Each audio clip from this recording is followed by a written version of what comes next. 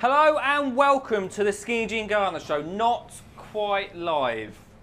No, actually, not at all live. Not at all live. But still, comment below throughout this little video. Coming up today, we've got RHS Gardener Matt Oliver in the house. We're going to save money with herbs. We're going to actually save some money, which as gardeners, we all love doing. We're going to be talking to the Social Hub. And we're also going to be doing a little Chili Friday. Matt, I didn't tell you about Chili Friday, did I? No. Brace yourself, brace yourself. It's going to be a hot one. But first, they're here every month.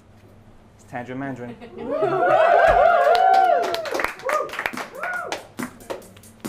Let's go!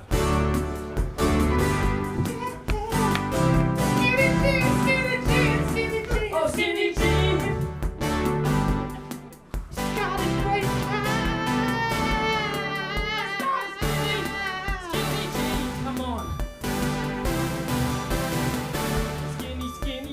Wanna be a gardener? To be a gardener like me. Skinny Jean Show, go!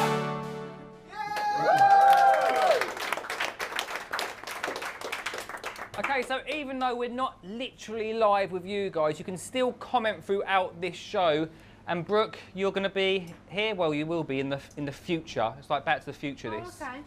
Yeah. So when this comes out in February, you'll be sitting on the computer for me, and. Of course, yeah, I'll be there. Are you sure? Yeah, of course. I can't pay you. Yeah, I know. So comment throughout this show, and I'll get back. Me or Brooke will get back to you straight away. And make sure you give it a little share and all.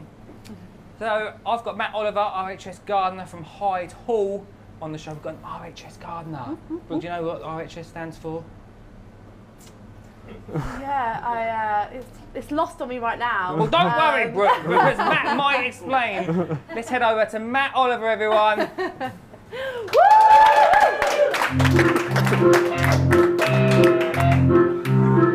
Matt Oliver.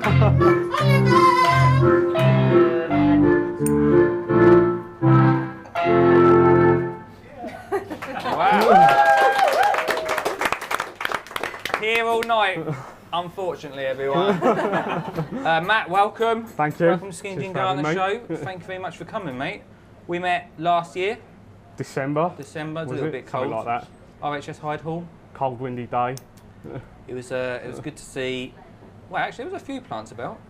Yeah, there's always something to see. Always something. something to see. 4 Seasons Garden, Hyde Hall. Firstly, tell me about yourself. How did you get into gardening, Matt? Well, I've been gardening all my life, really. So similar story to lots of other people on the allotment, gardening with parents, grandparents, that kind of thing. And decided when I was sort of sixth form sort of age that was the career for me. Right. So straight in out of A-levels into Writtle College in Chelmsford to study horticulture.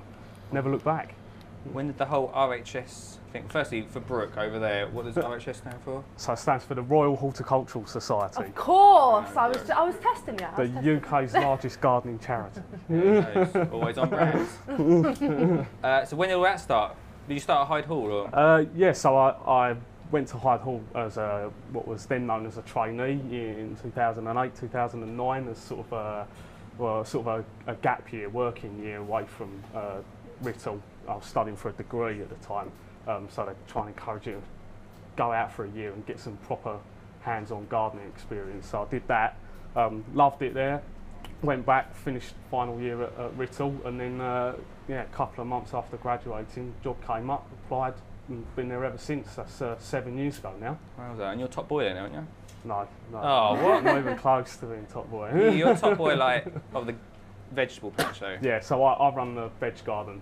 So we've had a new veg garden that's been open, well, less than a year. Mid-July last year we opened. Looks amazing. Yeah, and that's my job to run and manage that and grow all the crops, basically. So what have you been growing, mate? What are you going to be growing this year? Because you were saying also about setting everything out because of the way it's positioned. So it's really, really different veg garden to what you do on your allotment at home. It's unique, unusual, I guess, because it's circular. So no one would garden like this at home. It's ridiculous. But that's garden designers for you. So all the rows are set on like curves, going with the circle across the circle. and the garden's set out with split into 4 quarters, Right. and each quarter represents a different continent area of the world. So the idea is come to Hyde Hall, walk into the veg garden, and the first thing you get from the veg garden there is, oh wow, potatoes are growing in the South American section. Oh, I never knew potatoes came from South America. I thought they were from Ireland, that kind of thing. Well, I thought potatoes grew above ground, mate, when I first started going, so getting into country is a bit too much for me. What else you got been going? I don't want to mention, I bet you ask this all the time, and you know what I'm going to ask, didn't you? Something about pumpkins? Possibly something about pumpkins, mate. Tell me about it. So, yeah, I hold a bit of a tenuous record, but it's I hold a record for the UK's largest outdoor grown pumpkin. Come on! And he's brought it here tonight! No. I haven't got the pumpkin, but I have got some seed for you. Oh, mate, because I know you asked me.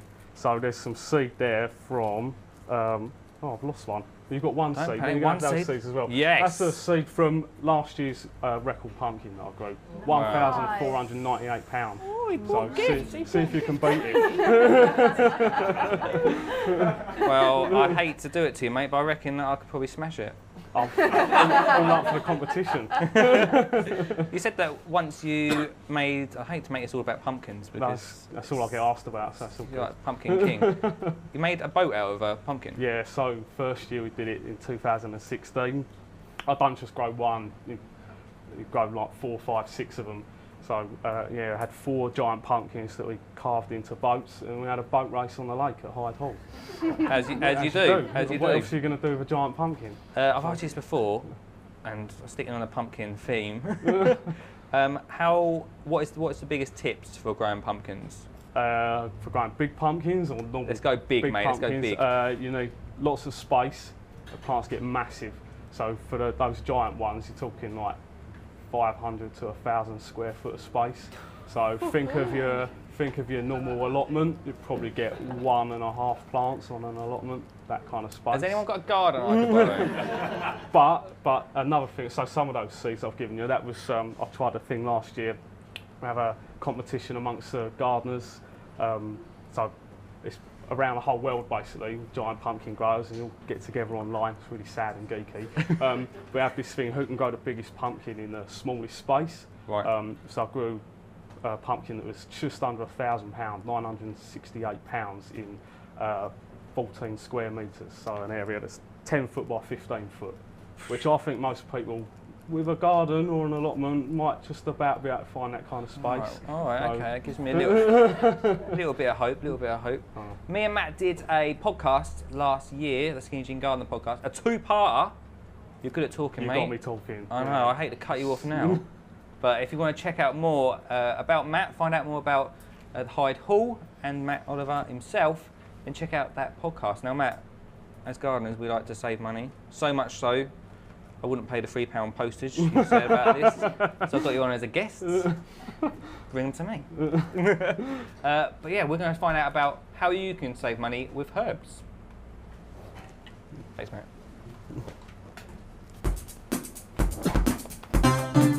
Talk about herbs. Let's talk about herbs. Let's talk about herbs. Talk about herbs. Talk about herbs. Talk about herbs. Let's talk about herbs. Let's talk about some herbs. Surprise us every time, don't they? Let's give them a little round of applause, everyone. So yeah, I'm going to quickly tell you about some herbs, guys. Got a lot of herbs? All the time. All the time, I knew it. And how you can save money, because basically we all quite a few of us, buy our herbs in like packets like this, which is great. We're talking about like 70 quid, 70p to £1 maybe for a couple of bags. And then you use a few of them, they sit in the bottom of the fridge, they all go mushy. Does everyone get that? Yeah. They all go black and mushy, and I try and pick out the bits and try and hide them from Sam usually how it works. But if we grow them in pots, grow our own plants. Now, I'm not saying that we grow them from seeds, because you can grow them from seeds if you want. But if you're just starting off, you're just having like a little herb garden in the front of your windowsill perhaps, just buy the plants and just snip again. So we've got some chives here, then we've got some basil and some mint, So say you've got a pizza, Matt. You like pizza? Basil it up, mate. Cut a bits of basil Yeah. on your pizza. Beautiful. Keep the plant, keep it nice and watered. Keep coming back to it. With this, where are they? One pizza probably. Yeah. Not going to have pizza till next week, are you? Mushy. I'm a pizza guy. You like pizza? Yeah. Maybe you will get through that. Then we've got some mint as well. Once again, smelling good. Have a little sniff, Matt. Oh yeah. Cheers. Like that. Straight in the beer, maybe. Straight in your drink. Little straight from the windowsill. Maybe make some tea, mint tea as well. And chives. I love chives in my omelette. So once again, just snip away at it, and yeah, enjoy. I'm losing you, am I? No. You're so interested. So you can literally almost over a year, almost save like 100 quid, which is quite a lot, I think you'd agree, yeah? Yeah. Just by growing your own plants. One thing, warning for you, mint, make sure you keep it potted. You can grow these outside as well, but keep the mint potted because it goes nuts, like everywhere. You have a mint garden, Matt.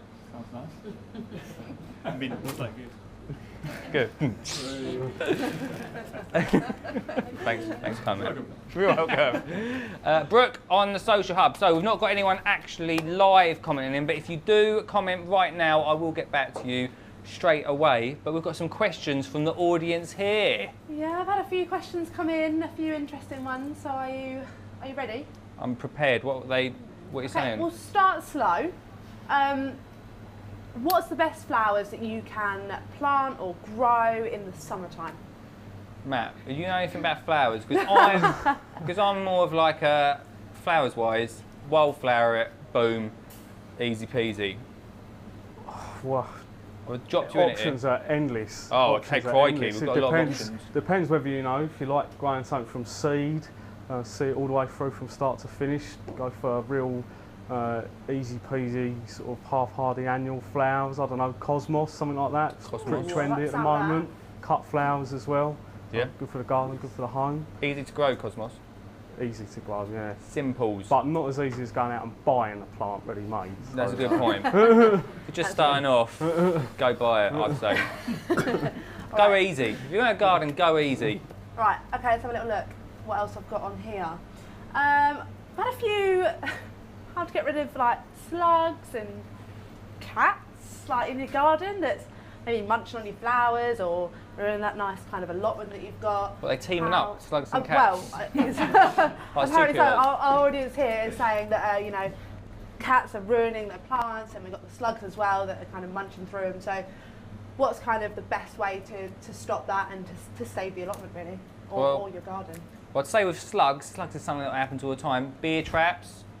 Have a little beer trap. So you have I've got a little pot somewhere. Yeah, don't worry, Matt. Just a little dish, a little bit of beer that attracts them.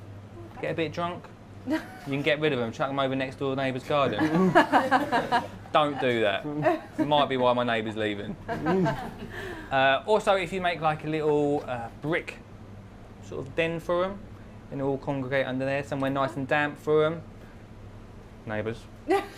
Put them somewhere safe, but just away from your allotment, away from all the plants. Okay, cool. So literally Cat-wise, Brooke, Matt, you any issues with cats?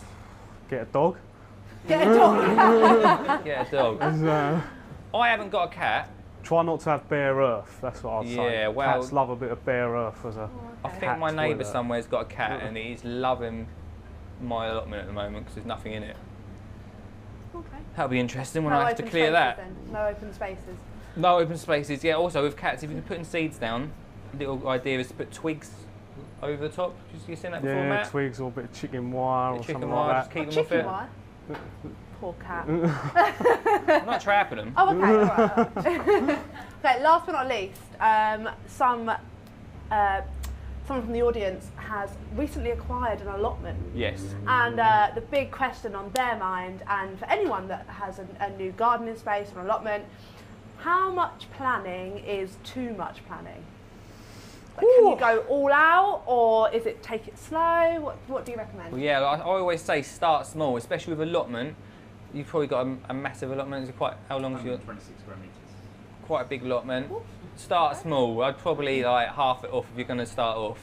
half your allotment off this year, start with that bit, then get a little bit bigger each year. What do you say, Matt? Sounds about right. Yeah, agree with that. Take it in, split it into chunks. Yeah, don't try and do too much too soon. That's the best. Yeah, when But I no, start- there's no such thing as too much planning. no. In a veg garden at work, plan it down to individual plants. Like this is how many are going in exactly. So. Whereas I'm just like, just chuck it in. Just get it done. Right, let's do some Chili Friday with Matt. Matt, are you ready for this? Don't know. Right, oh, we should have got some milk really, shouldn't we? Can we get some, oh, is it alright to get a little glass of milk? Is that alright? Put it on the tap. Matt, I've got some, I should have told you about this really. I've done the chili challenge before, so. Oh, okay, yeah. Komodo chilies. Okay, not had these ones before, but. I feel like when they look like this could be dangerous. I'm going to give you the milk, £2.50, yeah? I'll give you the milk because, once again, I don't want to be sued by anyone. Which chili do you want, mate? We don't have to eat it all, by the way. We're not dangerous. Yeah, you do.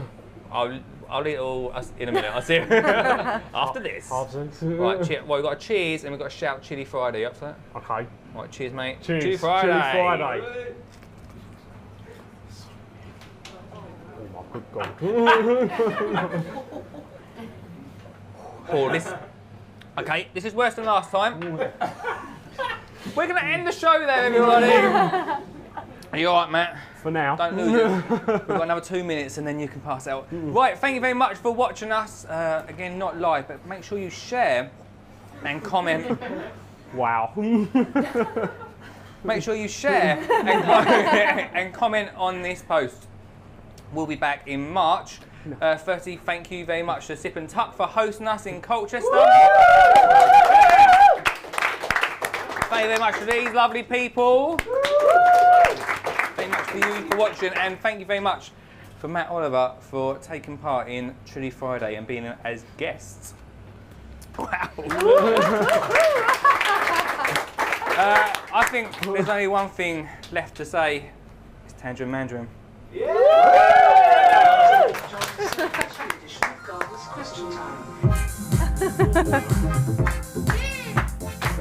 all know this one now, come on.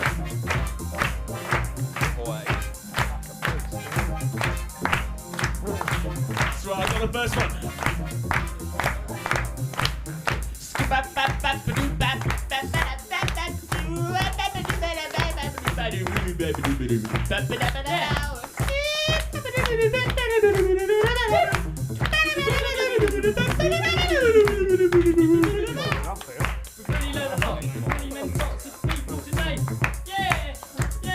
I like that one. Yeah, and Matt Oliver. Yeah. That's great too. Yeah, time for the chorus. Okay.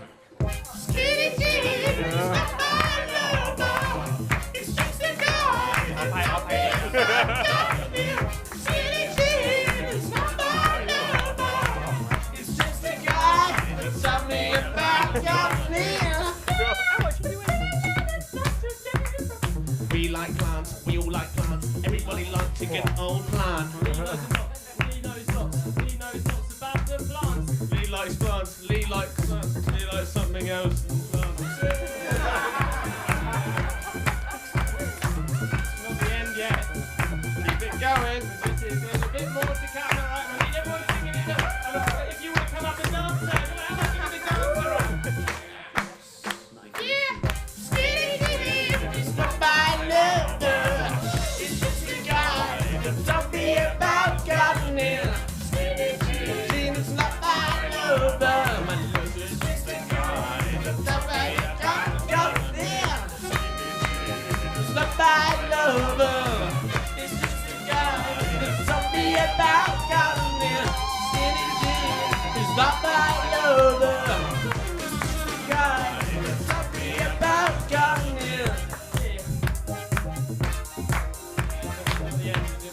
Carry on.